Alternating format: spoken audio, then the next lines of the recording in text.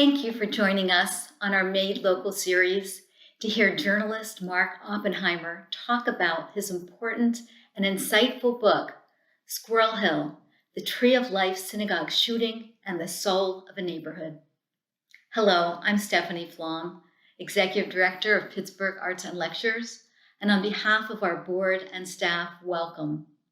Made Local is presented in partnership with the Carnegie Library of Pittsburgh.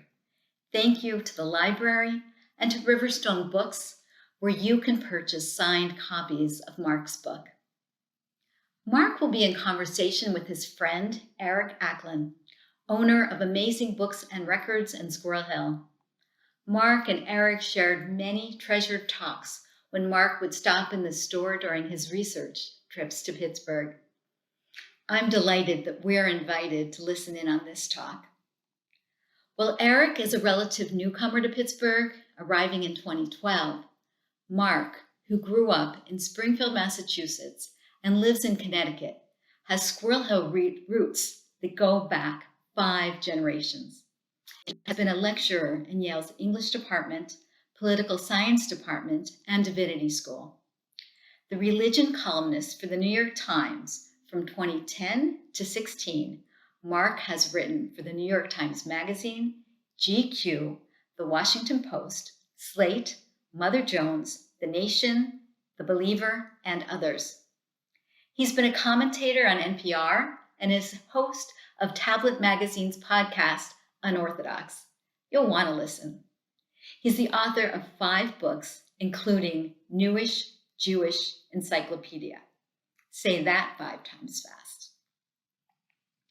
As a Squirrel Hill native, I'm grateful that Mark Oppenheimer tells the story of the neighborhood where I felt loved and safe growing up.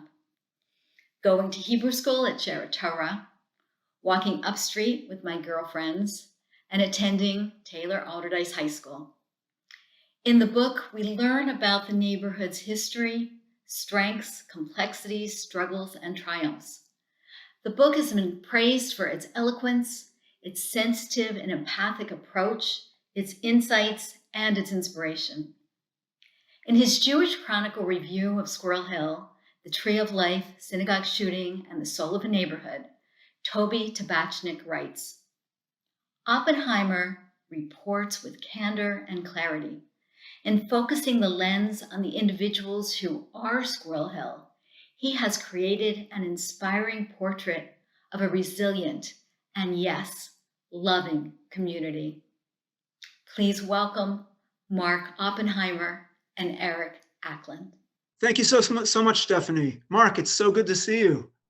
Likewise, I wish it were in person, as it was so many times in my reporting when I would always stop into Amazing Books and Records, but I'll settle for Zoom in this case. Fantastic. So will I. Let's jump in. You have deep Pittsburgh roots here, but how did you decide that you had to write this book? Eric, as you indicate, I have deep Pittsburgh roots. My father's a 5th generation Pittsburgher. I'm not. I'm from Springfield, Massachusetts. I had probably visited Pittsburgh a dozen times in my life before the shooting happened. When it happened, I was in Newton, Massachusetts. I was at a bat mitzvah of the summer camp friend of my eldest daughter, who was 12 at the time. We were in a very large, beautiful synagogue, Temple Emmanuel in Newton. We had our phones off the whole time, obviously. We were in shul, in synagogue. Got back out to the car at about 1 o'clock, looked at my phone, checked in on my phone to see if my wife had called from New Haven, where we live, saw all these messages. Did you hear about Pittsburgh? Are you coming to Pittsburgh? What's going on with Pittsburgh? Did you know anyone there? And I had no idea what was going on. I mean, just no idea. Figured out pretty quickly what had happened. And I said to my daughter, who was sitting next to me, she was in the passenger seat of the car. We were parked. I said, there was a shooting in Squirrel Hill. And she said, Squirrel Hill, isn't that where we're from? And of course, she didn't mean literally. She's from Connecticut. I'm from Massachusetts originally. But she knew about the family legacy, the 5 generations in Pittsburgh, the 3 generations in Squirrel Hill, my dad, my grandfather, my great-grandfather. Ever since Squirrel Hill had become a neighborhood, really, around the time of World War I, there had been Oppenheimers there. And the first thing that happened was that the podcast I work for, called Unorthodox, which is a Jewish life and culture podcast, dispatched a team to Squirrel Hill. There were colleagues of mine who got in a van that day and were in Pittsburgh pretty close to nightfall. They left from New York and they began gathering audio that night. And we produced a wonderful episode of our podcast, very moving to me. I wasn't on the ground, but I helped produce it from Connecticut. And we had a podcast up within 48 hours telling the story of the first day or 2 days after the shooting with a lot of great audio from the ground. But I pretty quickly realized there was more of a story to tell. I was very curious about how the people in Squirrel Hill would carry on after the shooting. I realized that I'd read a lot about mass killings. Of course, there have been dozens, indeed hundreds of them in America since the Columbine shooting in 1999, which really kicked off the era in which you and I grew up, Eric, the era of mass killings. And I realized I'd read a lot about shooters and I'd read a lot about victims, but I'd read very little about how communities coped in the aftermath. What happened when the news cameras, the morning shows, public radio, talk radio, the reporters, the photographers, what happened when they all left within 4 or 5 days? The people had to carry on. And I wondered, what is that like to be living in the aftermath of the loss of 11 murdered people in a community? So within a couple weeks, I had realized I wanted to go myself. And by Thanksgiving, I had resolved to do a book about the aftermath in Squirrel Hill. And I made my first visit in November. And that was the first of 32 visits over the next 18 months. Wow. So one of the things I noticed that struck me most about your book, Mark, and it was reporterly, which is something I seemed very unusual to me actually in this day and age. Like you really submerged your ego to find out exactly what people were feeling and thinking without seeming to feel the need to comment or editorialize on that. Can you tell me more about your approach to reporting?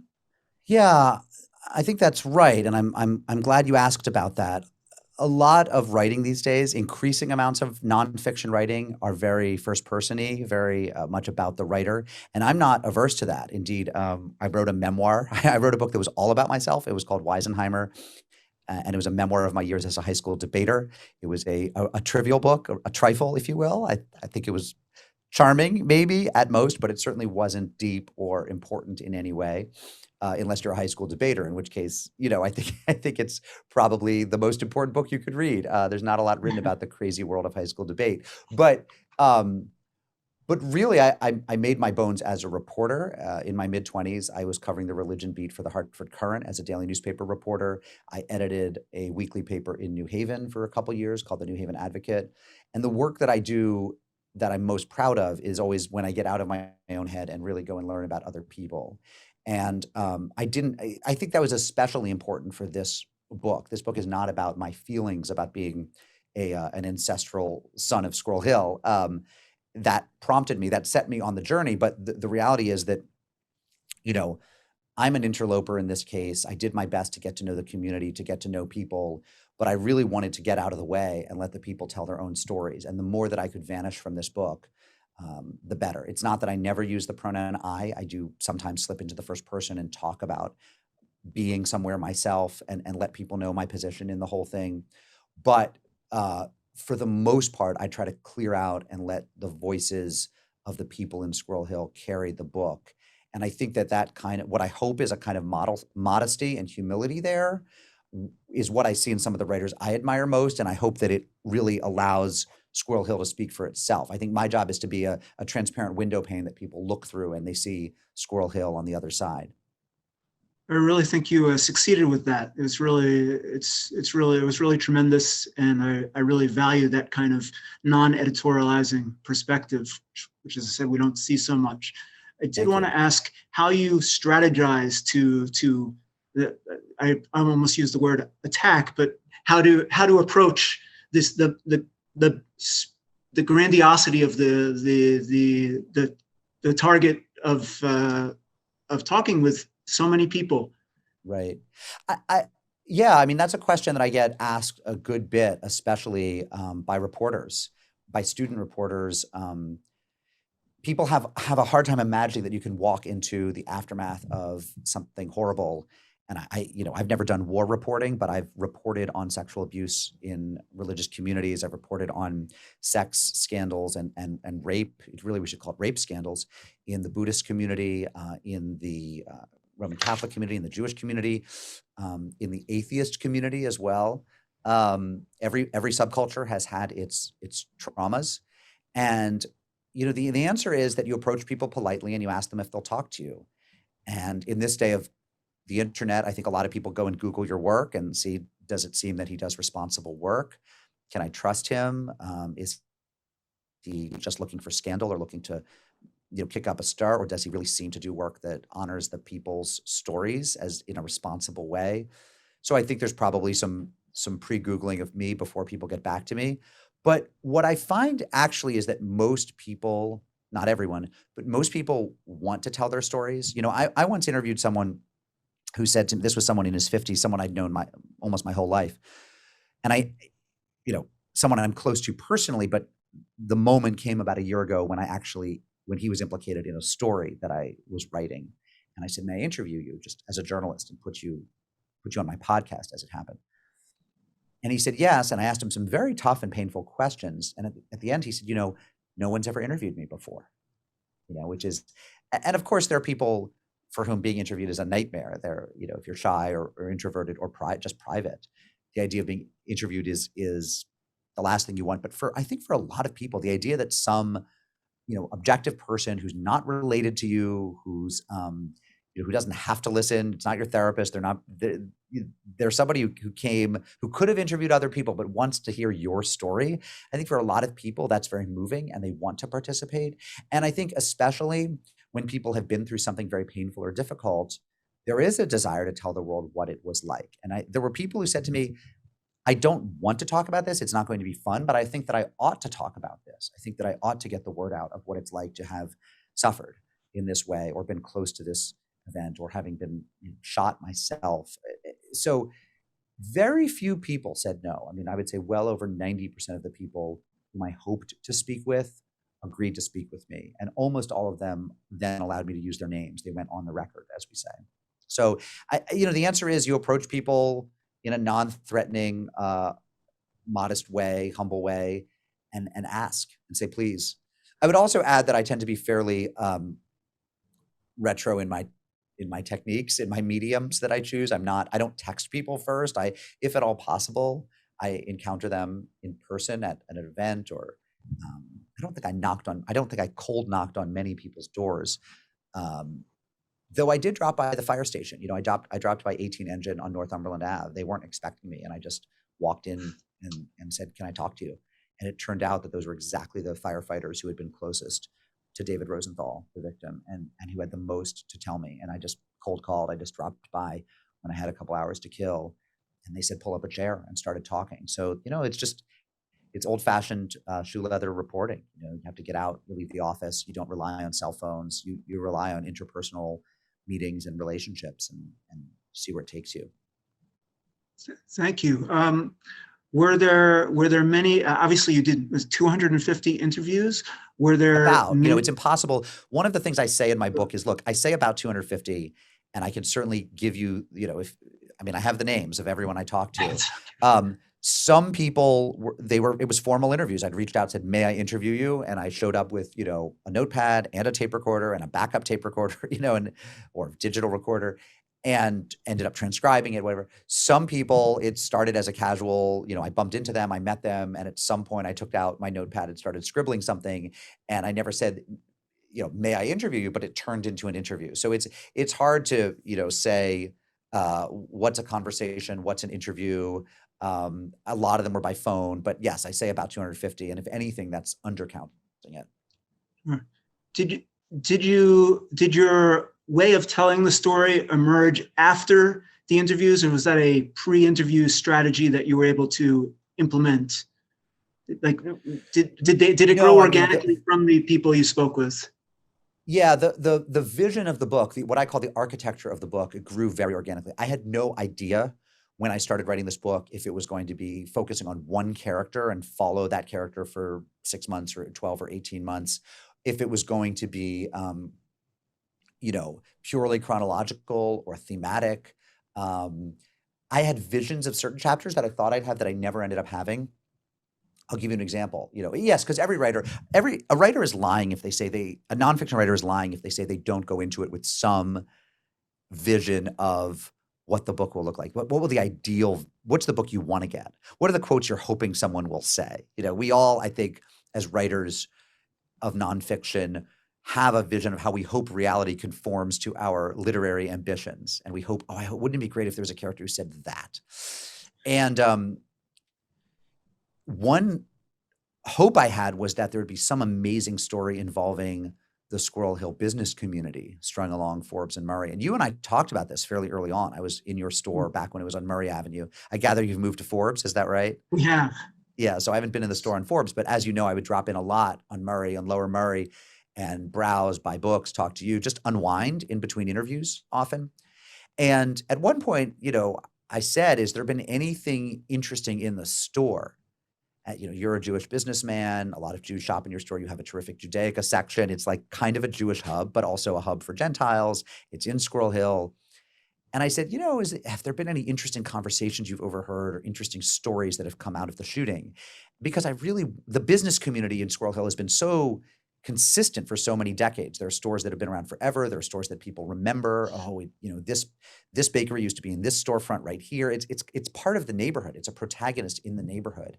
And I really wanted that to come alive through some event in your store or in Little's Shoes or in a restaurant and nothing really came of that. I mean, I met wonderful people who were serious Squirrel Hill characters, but there was nothing that I saw, in the business community that tied into the shooting in the way that the literature maker in me wanted it to.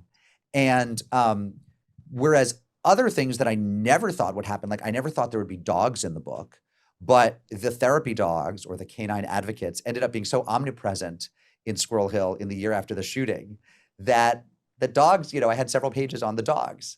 And in fact, the book begins with some dogs, a woman who brings her dogs from central Pennsylvania to Squirrel Hill on the day of the shooting. She leaves, she's at a dog show with her dogs, but these dogs are also trained as therapy dogs who, people can hug and hold and help use them to help process trauma or grief. So she left the second she found out about the shooting. She loaded her dogs into the van and left for Pittsburgh. And they end up being very near the beginning of the book. In the prologue to the book, we have dogs. So yeah, I mean, the way the book very much came out of the stories I heard. It didn't meet my preconceptions. It didn't fit a neat pattern, even when I was hoping for one. It came out of the stories that people told me. Sure. I actually do recall one instance where you talk about a local store, and that's the local Starbucks up on Forbes and Shady. And the manager helped find someone to do a wonderful and now iconic mural isn't the right word, but they painted the window with these beautiful symbols and messages. And I thought that was an interesting thing of how the community, and this is one of the themes that you seem to return to a lot, is how there was a pre-existing community which is given there's a lot of spontaneous organizing and people who seized control to do things that ended up being very important and valuable for the community. This was if you could imagine a shooting like so many mass killings in America that happens at a strip mall or at a mall or at a movie theater at a Cineplex that's off of some, exit off the highway, right? And then you think of the aftermath of it, where nobody naturally wants to drive by the Cineplex.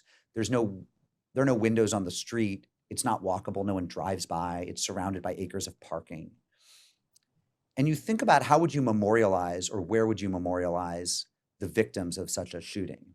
And the answer is that nobody knows, right? It's sort of like the old joke, when a New Jersey sports team wins the Super Bowl or the World Series or the NBA Finals, where do you hold the parade, right? Do you hold it in Philadelphia? Jersey City? Do you hold it in Newark, Jersey City, Trenton? Nobody knows which city is kind of the heart of Jersey, so there's no, do you hold it in the Meadowlands, which is just a highway exit, the Newark airport? I mean, there's no there, right? And so is that what Gertrude Stein said about Oakland, that there's no there there? Or is that apocryphally attributed to her, I think? And so, whereas in Squirrel Hill, there's a there there. So when 11 people are killed in a house of worship, they're members of 3 different congregations. They all are either close to each other or in some cases nodding acquaintances of each other, but their families know each other. People in the community know 1, 2, 3, or 7, or 10, or 11 of them. And then in the wider community of non-Jews, of people who weren't in synagogue or don't go to synagogue, but are part of the neighborhood, there are places to remember them. So the Starbucks at Forbes and Shady, the manager is a lapsed Presbyterian, but she knows all of her Jewish customers. She told me that she's learned about, the laws of kashrut, the kosher laws from them. She's learned about Jewish holidays. She's gotten sort of an education by, kind of growing up professionally working at this Starbucks. She wants to do something for the community. She calls on a friend of hers who is a Roman Catholic art teacher and says, could you do something Jewish? She reaches out to an observant Jew she knows and says, can you help me with the lettering? What are some good words to use? How would I learn the letters? And within a few days, she has painted this extraordinary bit of window art, which I assume is still there. I haven't been back It in a is. while, It's but I saw it yesterday. I assume it will be there forever. And it's an image of a dove and a tree of life and a Jewish star, and it has the words chesed and ahava and tikva, kindness and love and hope, and it nails the kind of Jewish aspect perfectly. And every time you walk by it, you think about it. And I think I say in my book that someday there will be teenagers at the big table inside the Starbucks who don't even know what the window art is about, but they see it, and maybe they'll ask, why was that there? Because I don't think they'll ever take it out. So, to me, that's the kind of thing that can happen in a neighborhood. And Squirrel Hill is one of the great neighborhoods in America, indeed in the world, that can't happen, sadly, when the mass killing has occurred at the Cineplex off the highway that's part of the mall, and the people who were killed don't know each other, and they're from 10 different communities, 10 different highway exits. They just all came together to see the same, Hollywood blockbuster. You don't have that then, but you have umpteen opportunities for that when the killing happens in a neighborhood like Squirrel Hill, which does not make the killing any less sad, but it certainly makes the aftermath more hopeful. Yes, this is actually one of the things that I noticed you focused on, you turned to repeatedly in the book, was the terrain of Squirrel Hill, the geography and the walkability and the denseness of the area, and how, and in the beginning, one of your questions that I think you had for yourself was, how does the geography of Squirrel Hill and the communal nature, how does it hold together? How does it help people heal better? How does it make people, is it an advantage to live in a geographic area like Squirrel Hill? Yeah, if I'm to cop to any thesis that I probably had before the book started, that I hope I would have let go of if the evidence hadn't been there, but as it happens, I think the evidence was there. It's that people thrive better, they survive and they thrive better in, dense, walkable, Hamish, warm neighborhoods. That ultimately people need human contact, that the internet is not enough for any of us, and that enforced human contact that comes when you leave your house to walk to the supermarket or the bookstore or the church or synagogue or the post office or the library, just to choose a bunch of institutions that are all within a quarter mile of each other in Squirrel Hill, right?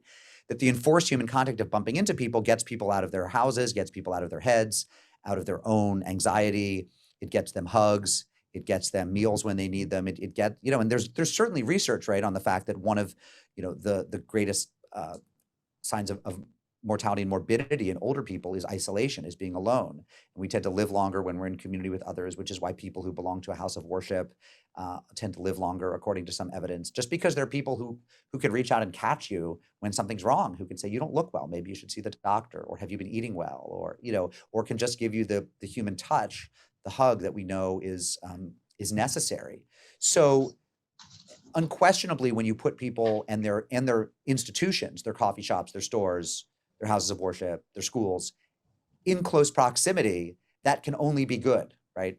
It doesn't stop, of course, it doesn't stop a madman from killing people, right? It doesn't cure what ails the human condition, but it certainly is something we can do. If living in community like that is something we can do to prepare ourselves for the worst and to help ourselves get through it when that happens. And one thing that's lurking in the back of this book that I don't think I ever explicitly come out and say is that there's almost no internet in this book, that there's actual human contact. And I was told at some point, oh, there's some interesting stuff going on Facebook, some communities, some groups that are meeting that you'd find out about only if you were online.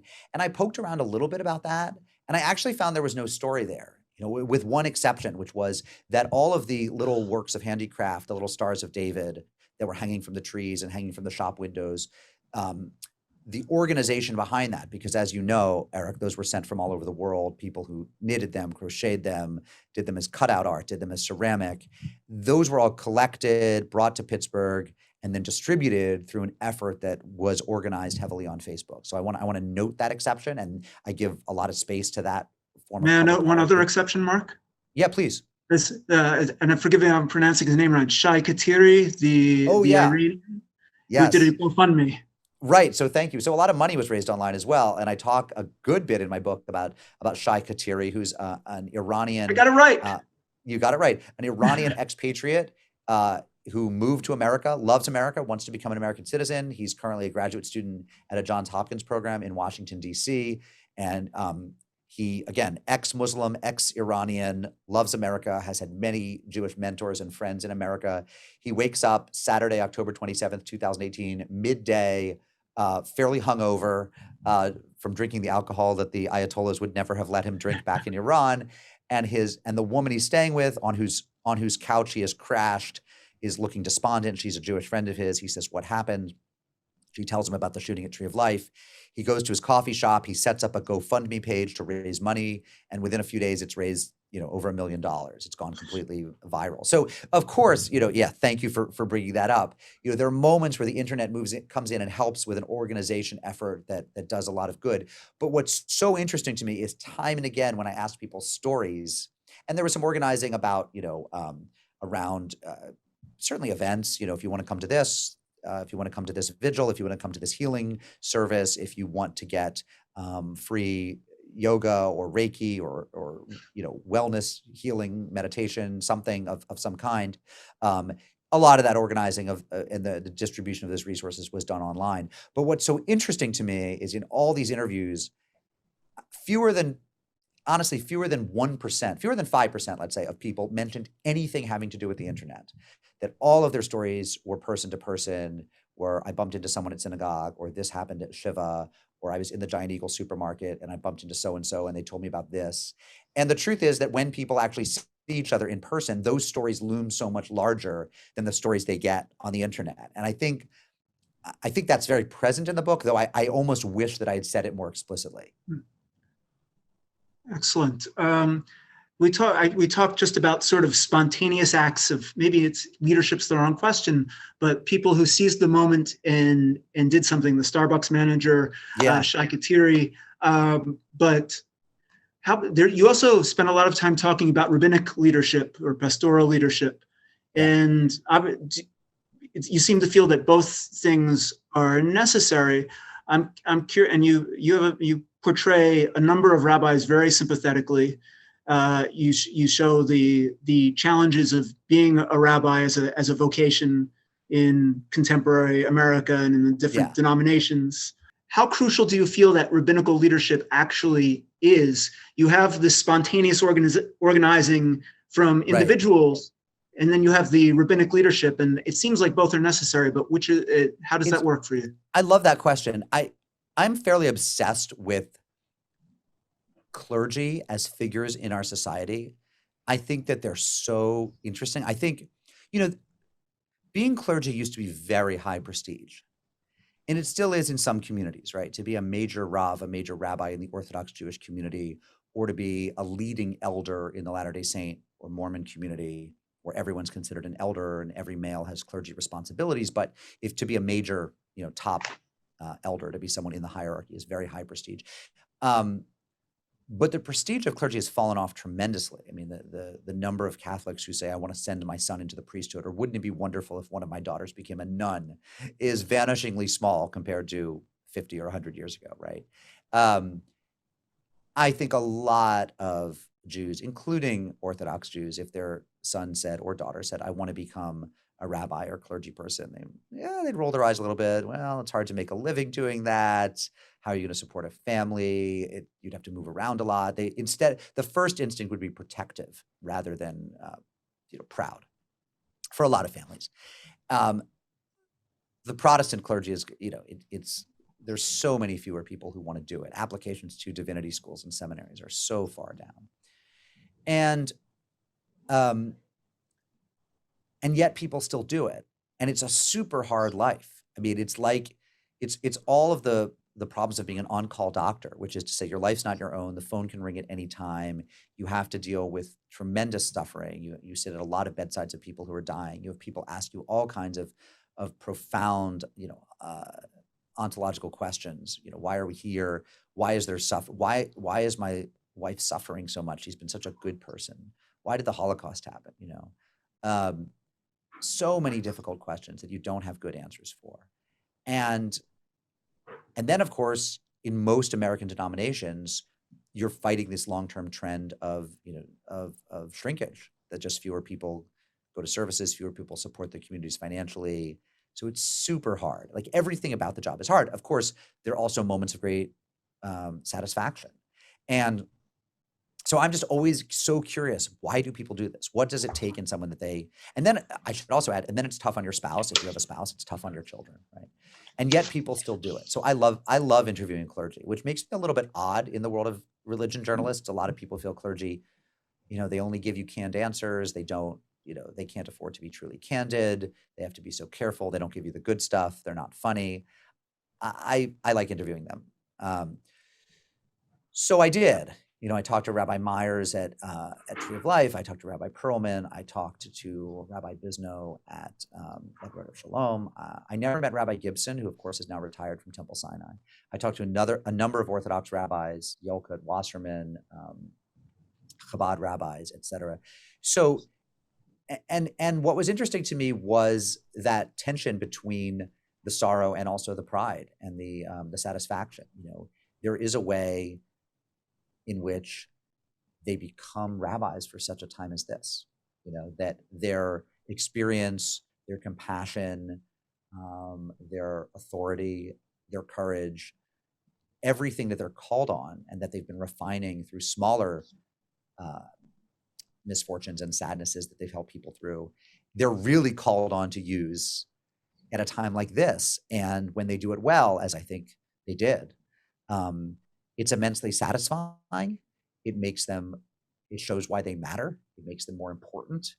And yet with the sort of sad irony that all comes from the loss of life and suffering. So that paradox to me, that they matter most, and indeed, sometimes I think, although they would be very delicate about saying it, feel most useful and have a certain kind of pride, and they can even tip into happiness at a time when they're being called into service because of tremendous suffering.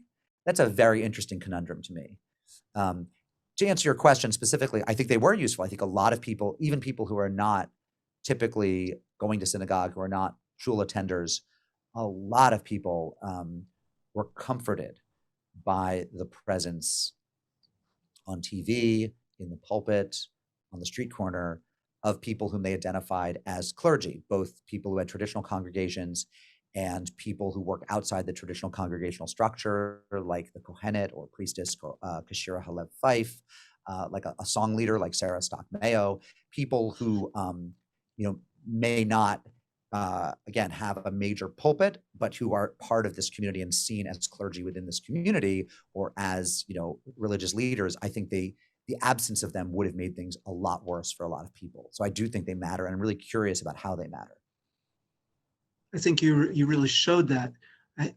Another thing that I noticed throughout the book was that sort of you used a wonderful phrase about the permeability of the interdenominational relations within the Jewish community in Pittsburgh. I think you used it's spiritually miscegenated.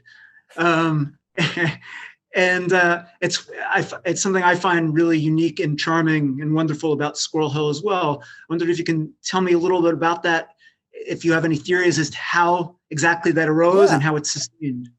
I mean, look, the bottom line is in American Judaism is really, really Balkanized, which is a weird word to use because there aren't really many Jews left in the actual Balkans. But, American Jews, the Orthodox tend to stay away from the Reform, and there are fewer and fewer conservative Jews all the time. The secular are suspicious of anyone who belongs to synagogue, and they don't like rabbis, and they don't tend to hang out much together.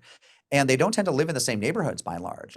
In particular, Orthodox tend to be in Orthodox neighborhoods that often are geographically a mile or 2 or 5 or 10 from where the non-Orthodox live. So in New York City, the majority of the Orthodox live in a couple neighborhoods in Brooklyn that don't have many secular Jews in them. There are exceptions. Crown Heights has become an interesting mecca for a lot of people, including non-Lubavitcher Jews, but it's basically a Lubavitcher enclave. Yes, they're Orthodox on the Upper West Side, but that's basically a secular enclave.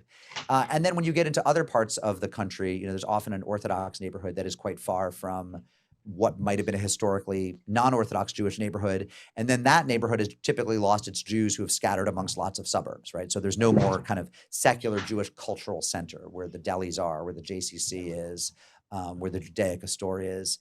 Rather, like take Philadelphia, for example. I mean, yes, there's a Jewish main line that still has you're from there, right? Like from Greater Philly that has Jews, but by and large, Jews are now to be found in any one of a dozen or a couple dozen Philly suburbs. There's like no place where when Jews move to town, Reform or conservative or secular Jews, they say, oh, I have to settle there because it's where my people are. America doesn't work like that. They don't have to live near the synagogue to walk there. Yeah, they don't have to live right. They feel they can drive to synagogue, or they're just not going to join a synagogue, right? And the desire to have a nice piece of land with a 2 or 3 car garage for most American home buyers of any religion trumps, maybe they're thinking about a good school system as well, but they don't come to where they're going to live with spiritual concerns or even, concerns about what are the neighbors like? Does it have a good library? What is there a nice cultural scene? Is there a local theater troupe? Is there a local book club? Like it's amazing to me because I always ask people, I'm so interested in urbanism, and I always ask people, how did you choose to live here, right? So if you're in Greater New Haven, and let's say you don't want to live in New Haven proper, our taxes are high, our schools are struggling, so you're a suburban type, you want to live in the burbs. For a long time, a lot of the Jews moved to Woodbridge. That was the Jewish suburb. And they moved there because the JCC was there, the Jewish Day School was there, there were Jewish institutions. Okay, largely that's broken down. Now, let's say you're a Jew, just to be stereotypical, I'll say you're a Jewish doctor, because I know this story a lot. If a doctor gets hired by the local hospital, the local medical school, and is moving to town from Florida or Nebraska, they don't know New Haven at all, and they want to figure out where to live. I'm amazed at how many people, when I say, how did you pick Woodbridge or Orange or, Madison, or I'll just name wherever they are, why did you pick this town? I'm amazed at how many of them will say, well, I looked at the local property tax rates. I don't like hauling my own trash, so I wanted a town where sanitation was part of municipal services. I wanted to be X amount of miles from a good gym, from a Planet Fitness, which I have a transferable membership from the Planet Fitness. Like they name all these things, none of which have to do with, are the people around there kind? Is there a good public library? Is there a good house of worship? The things that I think make life, worth living. Like, are there community centers where I'll bump into people? Is there a coffee shop where I'll meet, where if I have a baby as a mom or dad on maternity or paternity, where I'll meet other parents? So much of it is about property value. So I've gone off on a tangent, but like to cycle back to this, I think that in Squirrel Hill, a lot of people still move there because they have a sense that it's a good place to be Jewish. It's diverse in all sorts of ways. It's tolerant. There are good institutions. And interestingly, although the community has shifted more and more towards the Orthodox, there are still secular, Reform, and conservative Jews who choose it because of that character. But there's also a backstory there, which is that in the 80s and 90s, there was a community-wide effort to shore up the institutions, right? There was a moment, and I talk about this in my book, when community leaders said, look, a lot of Jews are moving to the suburbs. What are we going to do? The JCC in Oakland is crumbling. The day schools need to be refurbished. We need a new home for the aged. We need new offices for JFCS, the Jewish Family and Community Services, Children's Services. I can never remember. Children's Services, I think. Thank you. The social work agency. We need new infrastructure. Are we going to build it here, or are we going to build it out in the hills? And there was a community-wide decision to build it here in Squirrel Hill, to raise a ton of money and to rebuild all the institutions or refurbish or renovate them in Squirrel Hill. And that decision was crucial.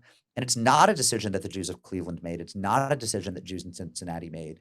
It's not a decision Jews in Detroit made. It's a decision that uniquely Jews in Pittsburgh made. And as a result, about half of the Jews of greater Pittsburgh still live either in Squirrel Hill or one of the adjacent East End neighborhoods, Greenfield, Regent Square, et cetera. And that includes Jews from across the denominational spectrum.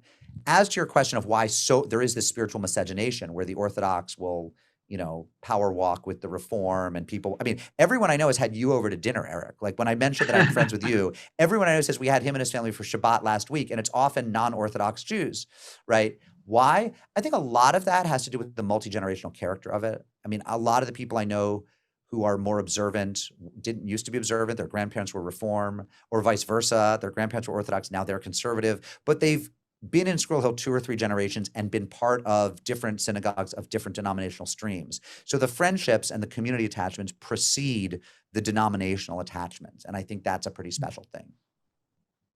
I concur.